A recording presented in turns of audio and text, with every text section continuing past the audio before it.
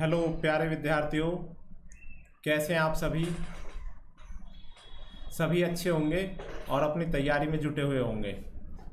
तो इसी तैयारी को और बेहतरीन बनाने के लिए मैं सुनील भाटी एक बार फिर से हाजिर हूँ आपके लिए एक और प्रीवियस ईयर क्वेश्चनों की श्रृंखला लेकर, जिसमें कुछ और प्रीवियस ईयर क्वेश्चन हम लाए हैं और करेंगे उसी अंदाज में, फटाफट अंदाज में और कुछ ट्रिकों के साथ। तो आप तैयार हो जाइए कॉपी पेंसिल लेकर अपनी, और साथ के साथ दबा के शेयर कीजिए जिससे और बच्चे भी इससे लाभान्वित हो सकें। तो आइए आते हैं अपने क्वेश्चनों पर, बिना देर किए करते हैं अपनी प्रैक्टिस शुरू। तो हमारा सबसे पहला क्वेश्चन है, 4,000 रुपये की एक राशि पर 8% वार्षिक दर से 6 वर्ष का साधारण ब्याज क्या होगा। तो साधारण ब्याज यानी एक सा ब्याज मिलता है हमेशा मूलधन पर। तो जब भी साधारण ब्याज हुआ करे तो हम डायरेक्ट निकाल लेते हैं। एक साल का 8% निकलेगा तो 6 वर्ष का 48%। 8 से 48 फॉर्मूले रखने के बजाय सीधा तो 48% निकालना है। किसका? 4,000 का। ये निकल गया जी 4,000 का 48/100। ये 2 जीरो से 2 जीरो कट गई और इसमें 4 की गुणा कर लें। 8 चौक 32 और 16 और 3 19। ये आ गया। कहाँ है आंसर? ये रहा 2 पर। तो बड़ा सिंपल है, आपने परसेंट निकाल ली सीधी कितनी बनी और परसेंट लगा दी मूलधन पर और अमाउंट निकल के आ गया। तो ऐसे ही बेहतरीन ट्रिकों से हम करते रहेंगे क्वेश्चनों को, आप शेयर करते चलिए। आगे, व्योम ने 30 दर्जन केले 48 रुपये प्रति दर्जन की दर से खरीदे। उसने 10 दर्जन पेंसिल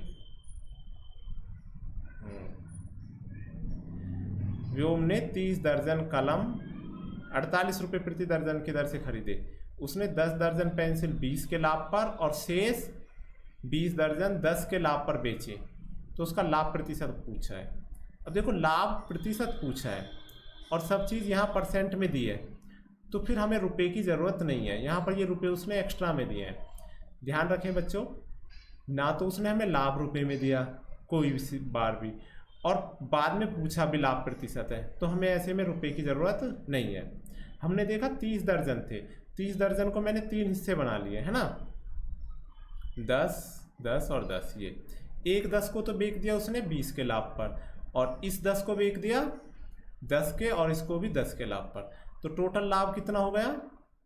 ये 40 हो गया। किसका? 3 हिस्सों का। तो यदि सबको एक हिस्से में काउंट करें तो कितना होगा? इसे 3 से भाग दे देंगे, 13.33। ये बात समझ में आई सभी को? फिर से समझेंगे बच्चों। उसी तरह उसे हम बांट लेते हैं। जो भी हमारा लाभ प्रतिशत होता है वो इकट्ठा काउंट करना है हमको। उसने कहा पहले 10 दर्जन, 10 दर्जन पर 20 लाभ है, और बचे 20 दर्जन यानी दोनों अलग अलग 10-10 पर 10% लाभ है, यानी इस पर भी 10% लाभ और इस पर भी 10% लाभ, बाकी 10 दर्जन। तो टोटल लाभ 40%, लेकिन 3 टुकड़ों में। तो 3 से ही हम भाग कर लेंगे, यानी वो इकट्ठा लाभ कितना है। कई बार ऐसे क्वेश्चन देते हैं कि 2 हिस्से हैं, एक हिस्से पर तो लाभ हो गया 10% और दूसरे हिस्से पर लाभ हो गया 20%। तो दोनों का कितना हुआ? दोनों को जोड़ के बटे 2 कर दें। 3 है तो 3/3 कर दें। बड़ी आसानी से ऐसे क्वेश्चन हो जाएंगे और आपको ये चीज़ें समझ में भी आई होंगी। आगे बढ़ते हैं। एक वस्तु का क्रय मूल्य अंकित मूल्य का 64% है। कंपैरिजन अंकित मूल्य से हो रहा है, अंकित और क्रय। तो जो क्रय है वो कम है, 64 है, यानी अंकित 100 है तो क्रय कितना है? 64, ये कह रहा है वो। अब अंकित मूल्य पर 12% की छूट अंकित पर ही दी जाती है। यदि इस पर 12% की छूट दी जा रही है तो कितने में बिकी वस्तु? 88 में। भाई 12 की छूट है तो 12 घटा लिए, बड़ा सिंपल सा है। 12 घटा लिए, ये आ गया 88। 88 में वस्तु बिकी, ये हो गया विक्रय। तो देखो कितने का लाभ हुआ, यहाँ से यहाँ तक लाभ देखते हैं। तो 88 में से 64 घटाएंगे तो 24 का लाभ हुआ।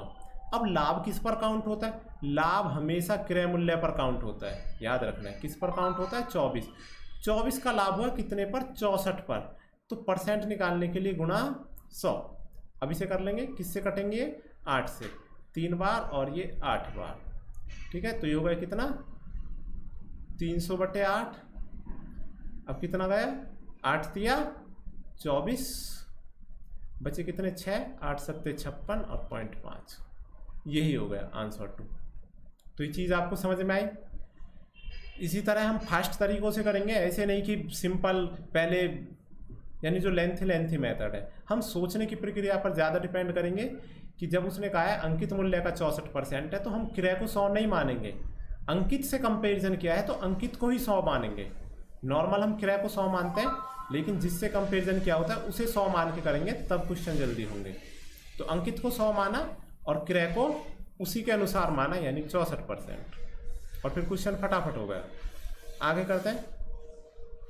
एक वृत्ताकार पथ के बाह्य और आंतरिक परिमाप का अनुपात 14:11 है। अब जी परिमाप का फॉर्मूला क्या होता है? यदि पथ 15 मीटर चौड़ा हो तो आंतरिक वृत्त की त्रिज्या ज्ञात करें। अब इसका देखो एक बात दिमाग में समझ लेते हैं किस तरह की चीज़ें होती हैं। ये है जैसे ये एक वृत्त बना है और एक उसके बाहर एक और वृत्त बना है, ये 2 वृत्त बने, और इसके जो बीच का एरिया है ये ही क्या कहलाएगा? पथ यानी मार्ग। ठीक है, दोनों वृत्तों के बीच का मार्ग ही पथ कहलाएगा, बचा हुआ हिस्सा। तो ऊपर एक तो त्रिज्या हो गई, ऊपर जो ऊपर वाला सर्किल है, एक तो इसकी त्रिज्या हो गई, मान लेते हैं R1, और एक इसकी त्रिज्या हो गई R2। अब कह रहा है परिमाप, तो परिमाप का फॉर्मूला क्या है? परिमाप का फॉर्मूला क्या है बच्चों? कई बार हम कर चुके हैं, 2πr, ये फॉर्मूला है। तो दोनों का अनुपात कहाँ है? तो हम पहले का अनुपात लेते हैं 2πr1 और दूसरा 2πr2, दोनों का अनुपात को बट्टे में लिख सकते हैं। कितना दिया है हमको? 14:11 का। तो 2π से तो 2π कट गई, R1 R2 बचे, R1 R2 बराबर 14/11। अब देखें कितना अधिक है, यहाँ से यहाँ तक कितना अधिक है? 3 पॉइंट। और उसने कितना कहा है कि रास्ता कितना चौड़ा है? यही है ना रास्ता चौड़ा। यहाँ आप ध्यान से समझेंगे, अगर ये सेंटर है, ठीक है, तो ये तो हो गई हमारी R2, और ये सेंटर है तो ये ऊपर हो गई R1। तो R2 से R1 घटाएंगे तो यही क्या हो जाएगा? परिमाप हो जाए, अंतर हो जाएगा, और ये अंतर ही क्या होगी? रास्ते की चौड़ाई। तो कितना है? दोनों त्रिज्याओं में कितना अंतर है? 3 पॉइंट का। उसने कितना कहा है? 15 मीटर। तो एक पॉइंट कितने के बराबर हो गया? एक पॉइंट हो गया हमारा 5 मीटर। अब अगर बड़ी वाली पूछिए तो 14 पंजे 5 की गुणा कर लेंगे 70। ये छोटी वाली पूछिए तो 11 पंजे 55। पूछी कौन सी हमें? आंतरिक होती है अंदर वाली, यानी छोटी वाली। तो ऑप्शन 4 ही इसका हो गया आंसर 55। ध्यान रखना है, कौन सी पूछिए वो ही बतानी है। आंतरिक अंदर वाली है, छोटी वाली, यानी 11 पंजे 55। आगे आते हैं। एक नाव 20 किलोमीटर धारा की प्रतिकूल दूरी तथा 40 किलोमीटर धारा के अनुकूल दूरी 4 घंटे में, जबकि 70 किलोमीटर धारा के प्रतिकूल और 60 किलोमीटर धारा के अनुकूल 10 घंटे में तय करती है। अब बच्चों ध्यान से समझते हैं, ऐसे क्वेश्चन आसान नहीं होते, थोड़ी सी ऑप्शंस की मदद लेंगे, थोड़ी कॉमन सेंस लेंगे। क्वेश्चन बहुत हार्ड नहीं आते हैं, बस आपको एक बार लिखने की ज़रूरत है। प्रतिकूल चाल क्या होती है? प्रतिकूल चाल होती है यदि हम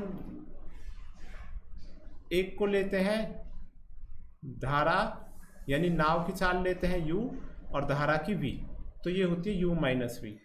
और अनुकूल चाल क्या होती है? u प्लस v, प्लस होती है u plus v। Up stream हमारी u माइनस v होती है और down stream u plus v होती है। दोनों चीज़ें जुड़ जाती हैं डाउन स्ट्रीम में, अनुकूल में, और घट जाती हैं अप स्ट्रीम यानी प्रतिकूल में। तो समय दिया है, समय बराबर क्या होता है? दूरी बटे चाल। दूरी कितनी दी है? 20। कैसे चलता है? u माइनस v, ठीक है, प्लस 40 चलता है u प्लस v, तो लगते हैं 4 घंटे, ठीक है। दूसरा, यदि 70 चलता है कैसे? u माइनस v, और 60 चलता है अनुकूल यानी u प्लस v, तो लगते हैं 10 घंटे, ठीक है बच्चों। अब समझते हैं, ऐसे हम इसे करेंगे, थोड़ा सा टाइम लगेगा, बहुत ज़्यादा समय नहीं लगेगा, लेकिन मैं एक और चीज़ बताता हूँ। यहाँ वैल्यू हमारी पूरी दी है 4 और 10, तो संख्याएं पूरी पूरी काट रही होंगी। अब 20 और 70 को क्या काटता है, क्या कॉमन है जो 20 और 70 को काटता है? 5 भी काटता है और 10 भी काटती है। तो पहले 10 से देख लेते हैं। अगर यहाँ इसकी वैल्यू हम 10 माने तो 10 दूनी 20, 2 और ये 7, तो ये 2 है, तो फिर यहाँ कितना बचेगा? 2। यहाँ 2 कब आएगा? जब ये वैल्यू कितनी हो? 20। अच्छा, ये 7 है, इसको 10 मानने पर ये 7 आ जाएगी, तो यहाँ कितनी आनी चाहिए? 3। तो क्या इसको 20 मानने से 3 आ रही है? बिल्कुल आ रही है। तो यानी हमको क्या पता लगा कि u माइनस वी बराबर कितना है? 10 और u प्लस वी बराबर कितना है? 20। ये चीज़ समझ में आई? इसी तरह से कि दोनों में कॉमन क्या है, दोनों में u माइनस वी से भाग हो रहा है और ऑप्शन पूरे पूरे आ रहे हैं, तो क्या चीज़ है जो इन्हें काटेगी? अब 5 मैंने इसलिए नहीं लिया क्योंकि 5 से 4 आ जाएगी वैल्यू, 5 से इसे भाग देंगे तो 4, और कुछ और जुड़ेगा तो ज़्यादा आ जाएगा, फिर 4 कैसे आएगा आंसर? नहीं आएगा, इसलिए हमने इसको 10 माना। इस तरह से आप भी करोगे, चीज़ें फटाफट हो जाएंगी। अब इन्हें देख लेते हैं। दोनों घटकर 10 है, जुड़कर 20 है, तो दोनों की वैल्यू क्या होगी? योग प्लस अंतर को जोड़ के बटे 2 करते हैं तो बड़ी वाली संख्या, यानी 20 प्लस 10 बटे 2 यानी 15। ये तो आ गई नाव की चाल। और 20 माइनस 10 बटे 2 यानी कि 5, ये आ गई धारा की चाल। हमसे पूछा क्या है? धारा की गति, करंट की स्पीड। तो ये कितनी आ गई? 5, यानी ऑप्शन नंबर 3, यही इसका आंसर हो गया। तो ये चीज़ आपको समझ में आई होगी। जो चीज़ें समझ में ना आए आप कमेंट सेक्शन में पूछ सकते हैं। फिर भी इन चैप्टरों के लिए आप हमारी कंटेंट की वीडियो देख सकते हैं और वहाँ आपको चीज़ें डिटेल में और भी बेस से बताई गई हैं। आगे देखते हैं। 60,000 रुपये निवेश कर पी ने 60,000 रुपये निवेश करके व्यापार आरंभ किया। 4 महीने बाद क्यू ने 80,000 रुपये निवेश करके व्यापार से जुड़ गया। 4 और महीने बाद 1 लाख रुपये निवेश कर आर जुड़ गया। 2 वर्ष के अंत में पी क्यू आर के लाभ का अनुपात ज्ञात कीजिए। तो अनुपात मैंने बताया है क्या होता है? रुपये इंटू टाइम। तो पी का रुपये इंटू टाइम, जो भी लाभ निकलेगा वो निकलेगा रुपये इंटू टाइम में। तो जी कैसे निकलेगा? पी क्यू आर, पी का कितना है? 60,000 और इसका समय कितना है? 2 साल। अब देखो यहाँ महीने लिखे हैं तो महीने में बदल लेंगे इस 2 साल को, यानी कि 24। अनुपात क्यू का कितना है जी?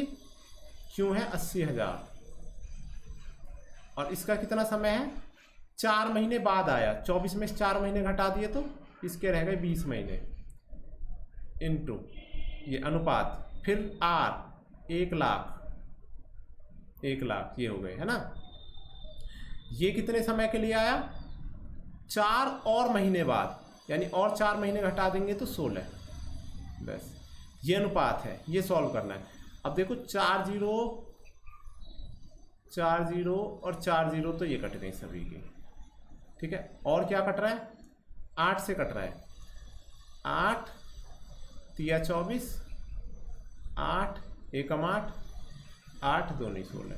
तो कितना बचा है यहाँ? 6 तिया 18 और ये 20 और ये 10 गुणा 2 यानी 20। अभी और 2 से कट रहा है ना। तो 2 से कट जाएंगे, ये आ गए 9, ये आ गए 10 और ये भी आ गए 10। तो ये चीज़ आपको समझ में आई होगी। लाभ बराबर रुपये इंटू टाइम और अनुपात में कर देना है। जो भी कॉमन हो वो काट देना है, बचा हुआ अनुपात आ जाएगा, यानी ऑप्शन हमारा 4 आ गया। थोड़ा ध्यान से करनी है चीज़ें, गलत ना काटो, बाकी फटाफट हो जाएंगे। आगे देखते हैं। एस और वी एक कार्य को 12 दिन में करते हैं। एम और एस उसी कार्य को 16 दिन में, एम और वी 24 दिन में। तो तीनों मिलकर कितने समय में करेंगे? तो बच्चों ध्यान से देखते हैं इस क्वेश्चन को भी हम। यहाँ पर है एस और वी कितने दिन में करते हैं जी? 12 दिन में। फिर एम और एस ये कितने दिन में करते हैं? 16 दिन में। और बाकी एम और वी ये कितने दिन में करते हैं? 24 दिन में। तो सबका एलसीएम क्या हुआ? 48, 12 चौक 48, 16 3 48 और 24 दूनी 48। ये हो गए प्रतिदिन के कार्य इन सभी के। ये हम कई बार कर चुके हैं ऐसे क्वेश्चनों को। अब यहाँ से देखें, यदि हम इन्हें जोड़ेंगे तो m कितनी बार हो गया 2, v कितनी बार हो गया 2 और s भी कितनी बार हो गया 2। तो क्या आया हमारा 2m plus m plus v plus s, ये तीनों मिलके कितना हुआ 4 और 3 7 और 2 9। तो m plus v plus s कितना हुआ 9/2, यानी तीनों मिलके कितना करते हैं 9/2, यानी कि 4.5 काम। आप 9/2 भी लिख सकते हैं, 4.5 भी कर सकते हैं। तो यदि तीनों से ही मिलके काम कराना है तो 48/9/2। अब ये जो बटे के बटे हैं ये कहाँ चला जाएगा ऊपर, तो 48 गुणा 2/9, 3 से कट जाएगा 3 बार, 3 से कट जाएगा 16 बार, 16 दूनी 32/3। ये ही हो गया आंसर। कहाँ है, ऑप्शन 1 है। तो ये चीज़ समझ में आई। इस तरह से जब हम जोड़ते हैं, कई क्वेश्चन होते हैं यहाँ पर, तो ये 2 आता है क्योंकि m भी 2 बार आ गया, s भी 2 बार आ गया, v भी 2 बार आ गया, तो 2 आएगा, 2 बटे में आएगा और फिर हमें सॉल्व करना है। अब देखो यहाँ पॉइंट में मैंने नहीं लिया क्योंकि बटे में लेना ज़्यादा आसान था। इसी तरह आप भी सोच लेंगे बटे में लेना आसान है, कहीं पॉइंट में लेना आसान होगा, प्रैक्टिस से चीज़ें आ जाएंगी। एक और देखते हैं, 2 नल J और L एक टंकी को क्रमशः 12 मिनट 14 मिनट में भर सकते हैं। यदि एक निकास नल K को खोला जाए तो तीनों नल मिलकर 21 मिनट में भर देते हैं। अच्छा जी, जो J है वो कितने समय में भरता है 12 मिनट में, L 14 मिनट में, और तीनों यानी J plus L plus K तब भरते हैं 21 मिनट में।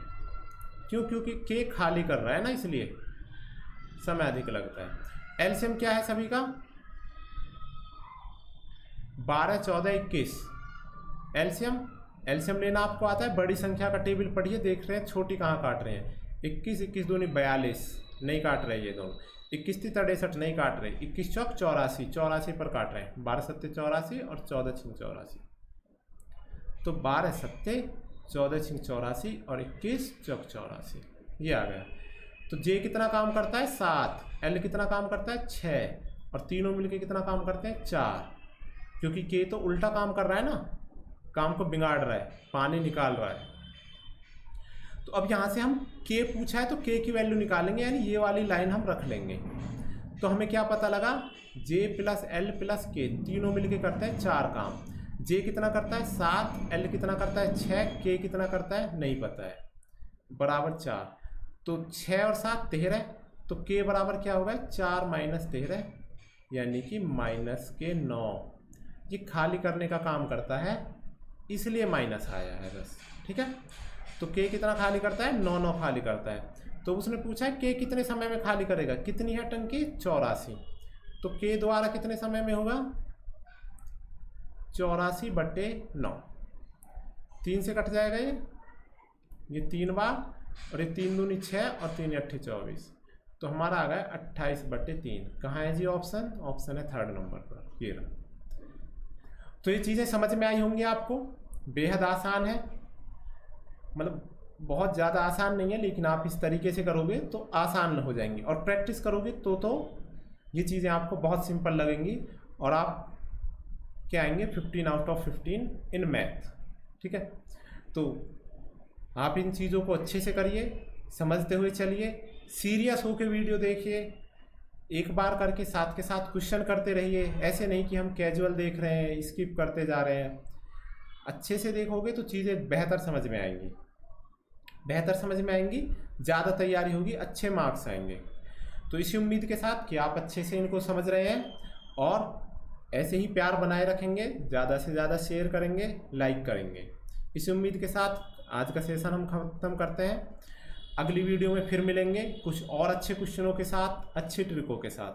तब तक के लिए थैंक यू वेरी मच।